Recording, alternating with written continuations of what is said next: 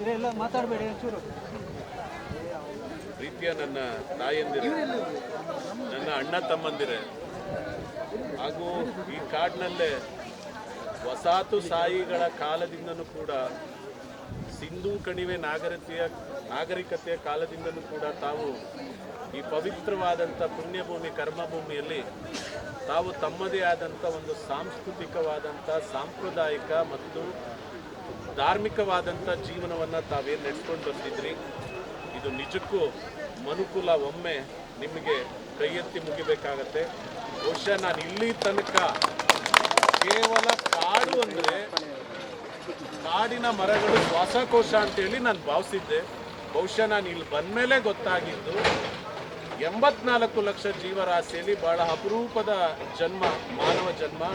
ಈ ಮಾನವ ಜನ್ಮಕ್ಕೆ ಮುಂದಿನ ದಿನಗಳಲ್ಲಿ ಶ್ವಾಸಕೋಶ ಯಾರು ಅಂತ ಏನಾರು ಕೇಳಿದ್ರೆ ಈ ನನ್ನ ಆದಿವಾಸಿ ಜನಾಂಗದವರು ಅಂತಲೂ ಕೂಡ ಬಹಳ ಹೆಮ್ಮೆಯಿಂದ, ಪ್ರೀತಿಯಿಂದ ಕೂಡ ಬಹಳ ಗೌರವದಿಂದ ಹೆಮ್ಮೆಯಿಂದ ಹೇಳಲಿಕ್ಕೆ ನಾನು ಈ ಸಂದರ್ಭದಲ್ಲಿ ಬಯಸ್ತೇನೆ.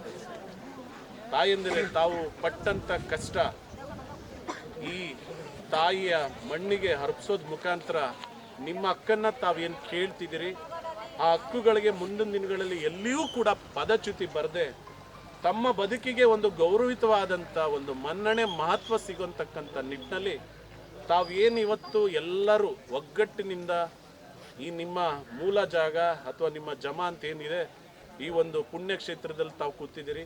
ಬಹುಶಃ ಇದು ಬರಬಾರ್ದಾಗಿತ್ತು, ಇದು ಬೇಡದಾಗಿತ್ತು ಅಂದ್ಕೊತೀನಿ. ಬಹುಶಃ ನಿಜಕ್ಕೂ ನಾಗರಿಕತೆಯ ಮೂಲ ಅಂತ ಏನಾರು ಇದ್ರೆ ಅದು ನೀವು. ಇವತ್ತೇನಾರು ಆಧುನಿಕತೆ ಭರಾಟೆಯಲ್ಲಿ ನಾವು ಈ ರೀತಿ ಬದುಕ್ತಿದ್ದೀವಿ ಅಂದರೆ ಅದಕ್ಕೆ ಕಾರಣಕರ್ತರು ನನ್ನ ಆದಿವಾಸಿ ದೈವ ಸಂಬುತ್ತರು ಕೂಡ ಅಂತಲೂ ಕೂಡ ನಾನು ಈ ಸಂದರ್ಭದಲ್ಲಿ ಬಹಳ ಹೆಮ್ಮೆಯಿಂದ ಹೇಳ್ತೇನೆ. ಹಾಗಾಗಿ ನಿಮ್ಗೆ ಈ ಪರಿಸ್ಥಿತಿ ಬರಬಾರ್ದಾಗಿತ್ತು. ಇದು ಶೋಚನೀಯ ಅಂತೇಳಿ ನಾನಾದರೂ ಕೂಡ ಖಂಡಿಸ್ತಾ ತಮ್ಮ ಮನವಿಯನ್ನು ತಾವೇನು ಕೇಳಿದ್ರೆ ಅದನ್ನು ನಿಮ್ಮ ಮುಖಂಡರುಗಳ ಜೊತೆ ನಾನು ಭಾಳ ವಿಸ್ತಾರವಾಗಿ ಚರ್ಚೆ ಮಾಡಿದ್ದೇನೆ. ಈ ಸಂದರ್ಭದಲ್ಲಿ ನಾನು ಕೂಡ ನಿಮ್ಮ ಏನು ನೋವಿಗೆ ಸ್ಪಂದಿಸುವಂಥ ಒಬ್ಬ ವ್ಯಕ್ತಿಯಾಗಿ ನಿಮ್ಮ ಬೆನ್ನೆಲುಬಾಗಿ ಇವತ್ತು ತಾವು ಕೊಟ್ಟಿರ್ತಕ್ಕಂಥ ಮನವಿಯನ್ನು ಸ್ವೀಕರಿಸಿದ ಅಪಾರ ಜಿಲ್ಲಾಧಿಕಾರಿಗಳು ಏನಿದ್ದಾರೆ, ಅಡಿಷನಲ್ DC ಏನಿದ್ದಾರೆ, ಅವರು 7 ದಿನ ಗಡುವನ್ನು ನನಗೂ ಹೇಳಿ ಹೋಗಿದ್ದಾರೆ, ತಮಗೂ ಕೂಡ ತಿಳಿಸಿದ್ದಾರೆ.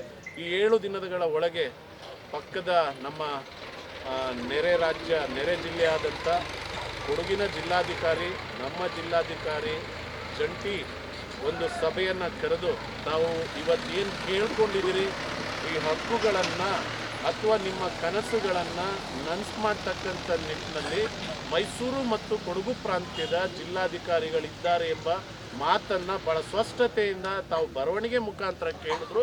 ನಾನೇ ಇದ್ದೇನೆ, ನಾನೇ ಬರವಣಿಗೆ ಅಂತೇಳಿ ಇವಾಗ ನಿರ್ಗಮಿಸಿದ್ದಾರೆ. ಸೊ ಅವರು ಬಂದು ನಿಮ್ಮ ಒಂದು ಬೇಡಿಕೆನ ಸ್ವೀಕರಿಸಿದ್ದಾರೆ. 7 ದಿನಗಳಲ್ಲಿ ನಿಮ್ಮ ಕೋರಿಕೆಗೆ ಅಥವಾ ನಿಮ್ಮ ಬೇಡಿಕೆಗೆ ಸ್ಪಂದಿಸ್ತಕ್ಕಂಥ ನಿಟ್ಟಿನಲ್ಲಿ ವಿಫಲರಾದಂಥ ಸಂದರ್ಭದಲ್ಲಿ ನಮ್ಮ ನಿಜಕ್ಕೂ ನಾನು ಭಾಳ ಹೆಮ್ಮೆಯಿಂದ ಹೇಳ್ತೀನಿ, ಯಾವ ಕಾನೂನು ತಜ್ಞರು ಕೂಡ ನಿಮ್ಮ ಮುಂದೆ ತಲೆಬಾಗಬೇಕಾಗ್ತದೆ. ಎಷ್ಟು ಸ್ಪಷ್ಟತೆ, ಎಷ್ಟು ಕಾನೂನು ನೀತಿ ನಿಯಮಾನುಸಾರವಾಗಿ ನೀವು ಮಾತನಾಡಿದ್ರಿ.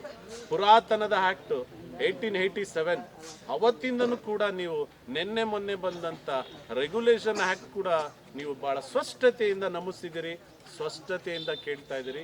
ಖಂಡಿತ ನಿಮ್ಮ ಈ ಸ್ಪಷ್ಟತೆನೇ, ಈ ನಿಮ್ಮ ಗುರಿನೇ ನಿಮಗೆ ಖಂಡಿತ ಮುಂದೊಂದಿನ ನಿಮ್ಮೆಲ್ಲರ ಬದುಕಿಗೂ ಬೆಳಕಾಗುತ್ತೆ ಅಂತಲೂ ಕೂಡ ನಾನು ಈ ಸಂದರ್ಭದಲ್ಲಿ ಕೈ ಮುಗಿದು ಆ ತಾಯಿ ಚಾಮುಂಡೇಶ್ವರಿಯಲ್ಲಿ ಪ್ರಾರ್ಥನೆ ಮಾಡ್ತಾನೆ.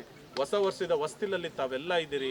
ಈ 2026 ಕೂಡ ನಿಮ್ಮೆಲ್ಲರ ಕನಸು ನನಸಾಗಲಿ, ನಿಮ್ಮೆಲ್ಲರ ಬದುಕು ಬಂಗಾರವಾಗಲಿ, ನೀವು ಕೇಳ್ಕೊಂಡಿರ್ತಕ್ಕಂಥ ಎಲ್ಲ ಹಕ್ಕುಗಳನ್ನು ನಿಮಗೆ ದೊರಕಿಸಿ ಕೊಡುವ ತನಕ ನಿಮ್ಮೊಂದಿಗೆ, ನಿಮ್ಮ ಅಣ್ಣ ತಮ್ಮಂದನಾಗಿ, ನಿಮ್ಮ ಮಗನಾಗಿ ನಿಮ್ಮೊಂದಿಗೆ ನಾನು ಕೂಡ ಇದ್ದೇನೆ ಎಂಬ ಮಾತನ್ನು ಹೇಳ್ತಾ ಇವತ್ತು ತಾವು ಒಪ್ಕೊಂಡಿರ್ತಕ್ಕಂಥ ಈ ಏನು ತಾವೊಂದು ಗಡುವು ಹಾಕೊಂಡಿದ್ರಿ, ನಮಗೆ ಒಂದು ಭರವಸೆ ಅಲ್ಲ, ಒಂದು ಅನುಷ್ಠಾನ, ಒಂದು ಬರವಣಿಗೆ ಸಿಗ ತನಕ ನಾವಿಲ್ಲ ಎದ್ದೇಳೋದು ಬೇಡ ಅಂತೇಳಿ ತಾವೆಲ್ಲರೂ ಒಕ್ಕೋರೆ ಮೇಲೆ ತೀರ್ಮಾನ ತಗೊಂಡಿದ್ರಿ. ಭಾಳ ಸಂತೋಷ. ಬಹುಶಃ ಈಗ ಅವ್ರು ಬಂದು ಹೇಳಿದ್ದಾರೆ, ಬಹುಶಃ ಬಂದು ತಗೊಂಡಿದ್ದಾರೆ ಮನವಿಯನ್ನು. ಯಾಕೆಂದರೆ ತಾವು ಇಷ್ಟು ವರ್ಷನೇ ಕಾದಿದ್ದೀರಿ. ನಾನು ನಿಮ್ಮನ್ನು ದೈವ ಸಂಬುತ್ತರು ಅಂತೇಳಿ ಹೃದಯದಿಂದ ಹೇಳಿದ್ದೇನೆ. ನಿಜಕ್ಕೂ ತಾವೆಲ್ಲ ವಿಚಾರವಂತರು, ಬುದ್ಧಿವಂತರು. ಕೇವಲ ನೀವಿನ್ನೂ ಪಾಶ್ಚಿಮಾತ್ಯಕ್ಕೆ ಒಳಗಾಗದೆ ಈ ಸಂಸ್ಕೃತಿಯನ್ನು, ಈ ನಾಡಿನ ಘನತೆಯನ್ನು, ಈ ನಮ್ಮ ರಾಜ್ಯದ ಒಂದಷ್ಟು ಏನಿದೆ ಇವತ್ತು ಇಡೀ ದೇಶದಲ್ಲಿ ಇವತ್ತು ವನಸಿರಿ ನಾಡಂತ ಏನು ಇವತ್ತು ಮಾತಾಡ್ತಿದ್ದಾರೆ, ಈ ವನಸಿರಿ ನಾಡನ್ನ ನಿಜವಾಗ್ಲೂ ಉಳಿಸಿ ಬೆಳೆಸಿದವರು ಅರಣ್ಯ ಇಲಾಖೆಯವರಲ್ಲ ಅಥವಾ ನಮ್ಮ ಸರ್ಕಾರ ಅಲ್ಲ. ನಿಜವಾಗ್ಲೂ ವನಸಿರಿ ನಾಡನ್ನ ಉಳಿಸಿ ಬೆಳೆಸಿ ಕಾಪಾಡಿ ಮುಂದಿನ ಪೀಳಿಗೆಗೆ ಏನಾದರೂ ಕೊಡುಗೆ ಕೊಟ್ಟವರು ಕೊಡಲಿಕ್ಕೆ ಸಾಧ್ಯ ಅಂತ ಏನಾದ್ರು ಇದ್ರೆ ಅದು ನನ್ನ ಈ ಪ್ರೀತಿಯ ಆದಿವಾಸಿಗಳಿಂದ, ಮೂಲ ನಿವಾಸಿಗಳಿಂದ ಮಾತ್ರ ಸಾಧ್ಯ ಅಂತ ನಾನು ಈ ಸಂದರ್ಭದಲ್ಲಿ ಹೇಳ್ತೇನೆ. ಹಾಗಾಗಿ ನಿಮಗೆ ತೊಂದರೆ ಆಗೋದು ತರ ಅಲ್ಲ, ನಿಜಕ್ಕೂ ಇದು ವರನ ಸಾಪನ ಗೊತ್ತಿಲ್ಲ. ಆ ಭಗವಂತ ನಿಜವಾಗ್ಲೂ ಇದ್ರೆ ನಿಮಗೆ ನಾಳೆಯಿಂದ ಒಳಿತು ಮಾಡಲಿ, ನಿಮ್ಮೆಲ್ಲರ ಬದುಕು ಬಂಗಾರ ಆಗಲಿ. 7 ದಿನ ಬೇಡ, ಸೋಮವಾರ ಮಂಗಳವಾರ ನಂತರ ನಾನು ಇವ್ರ ಜೊತೆ ಮಾತಾಡಿದ್ದೇನೆ. ಅವ್ರು ಏನಾದ್ರು ನಿಮ್ಗೆ ಪ್ರತ್ಯುತ್ತರ ಒಳ್ಳೆ ರೀತಿಯಲ್ಲಿ ಕೊಡ್ಲಿಲ್ವಾ, ಅವರು ನಿರ್ಧಾರ ಹೇಳಿದ್ರು ಬಹಳ ಬಹಳ ಸಂಯೋಜಿತವಾದಂಥದ್ದು.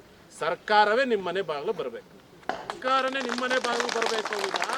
ನೀವು ಸರ್ಕಾರ ಬರಬಾರ್ದು. ಸರ್ಕಾರ ಇರೋದು ನಿಮಗೆ, ನಿಮ್ಮ ನೋವಿಗೆ ಸರ್ಕಾರ ಬರಬೇಕು, ನಿಮ್ಮ ಸಮಸ್ಯೆಗೆ ಸರ್ಕಾರ ಬರಬೇಕು. ಏನಪ್ಪ ನಿನ್ ಸಮಸ್ಯೆ ಅಂತ ಕೇಳಿಕೆ ಸರ್ಕಾರ ಬರಬೇಕು ವಿನ ಸರ್ಕಾರದ ಬಾಗಿಲಿಗೆ ನೀವು ಹೋಗ್ಬಾರ್ದು. ಯಾಕೆಂದ್ರೆ ಈ ಭೂಮಿ ತಾಯಿಯ ನಿಜವಾದ ಚೊಚ್ಚಲ ಮಕ್ಕಳು ಅಂದ್ರೆ ಅದು ನೀವು. ಹಾಗಾಗಿ ನಿಜವಾಗ್ಲೂ ಸರ್ಕಾರ ನಿಮ್ಮ ಮನೆ ಬಾಗಿಲಿಗೆ ಬಂದು ಆ ನಿಮ್ಮ ನೋವಿಗೆ ಒಂದಷ್ಟು ಮುಲಾಮನ್ನ ಹಚ್ಚಿ ನಿಮ್ಮ ಕನಸನ್ನ ನನಸು ಮಾಡೋವರೆಗೂ ನಿಮ್ಮ ಜೊತೆ ನಮ್ಮ ರೈತ ಕಲ್ಯಾಣ ಇರುತ್ತೆ ಎಂಬ ಮಾತನ್ನು ಈ ಸಂದರ್ಭದಲ್ಲಿ ಬಹಳ ಹೆಮ್ಮೆಯಿಂದ ಈ ಪುಣ್ಯಭೂಮಿ ಕರ್ಮಭೂಮಿಯಲ್ಲಿ ಹೇಳ್ತಾ ಇದ್ದೇನೆ. ತಾವು ಹಮ್ಮಿಕೊಂಡಿರ್ತಕ್ಕಂಥ ಒಂದು ನಿಗದಿಯನ್ನ ಇವಾಗ ಗಡುಗೊಳಿಸಿ ತಾವೆಲ್ಲರೂ ತಮ್ಮ ಮನೆಗಳಿಗೆ ತೆರಳಿ ನಿಮ್ಮ ಕಾಯಕದಲ್ಲಿ ಪಾಲ್ಗೊಳ್ಳಿ. ಕೇವಲ ಮಂಗಳವಾರದವ್ರಿಗೆ ಮಾತ್ರ ಅವ್ರಿಗೆ ಅವಕಾಶ ಕೊಡೋಣ. ಮಂಗಳವಾರ ಆಗ್ಲಿಲ್ವಾ, ಶಾಸಕರೊಂದಿಗೆ ನಿಮ್ಮ ಹಾಡಿಗೆ ನಾವು ಕೂಡ ಬರ್ತೇವೆ. ಜೊತೆಗೆ ಸ್ಥಳೀಯ ಈ ಜಿಲ್ಲಾ ಅಧಿಕಾರಿಗಳನ್ನು ಕೂಡ ನಿಮ್ಮ ಹಾಡಿಗಳಿಗೆ ಕರೆಸ್ಕೊಂಡು ನಿಮ್ಮೆಲ್ಲರ ಸಮಸ್ಯೆಗಳಿಗೆ ಒಂದು ಶಾಶ್ವತ ಪರಿಹಾರ ಕೊಡಿಸ್ತಕ್ಕಂಥ ನಿಟ್ಟಿನಲ್ಲಿ ನಾವು ನಿಮ್ಮೊಂದಿಗೆ ಇದ್ದೇವೆ ಎಂಬ ಮಾತನ್ನು ಈ ಸಂದರ್ಭದಲ್ಲಿ ಹೇಳ್ತಾ ಎಲ್ಲರಿಗೂ ಒಳ್ಳೆಯದಾಗಲಿ. ಸುಮ್ಮನೆ ಇಲ್ಲಿ ಕುತ್ಕೊಂಡು ಮತ್ತೆ ಇನ್ನೂ ಒಂದಷ್ಟು ಸಮಯವನ್ನು ವ್ಯರ್ಥ ಮಾಡೋದು ಬೇಡ ಅಂತೇಳಿ ನಾನು ಕೈ ಮುಗಿದು ನಿಮ್ಮಲ್ಲಿ ಪ್ರಾರ್ಥನೆಯನ್ನು ಮಾಡ್ತೇನೆ.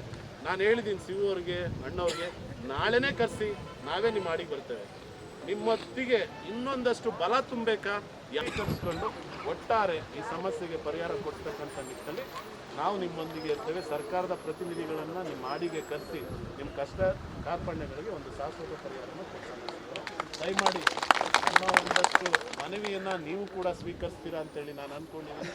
ಯಾಕೆಂದರೆ ಮಹೇಶ್ ಅವ್ರು ಬೆಳಗ್ಗೆ 10 ಗಂಟೆಗೆ, ರಮೇಶ್ ಅವ್ರು ನನಗೆ 10 ಗಂಟೆಗೆ ಕರೆ ಮಾಡಿದರು.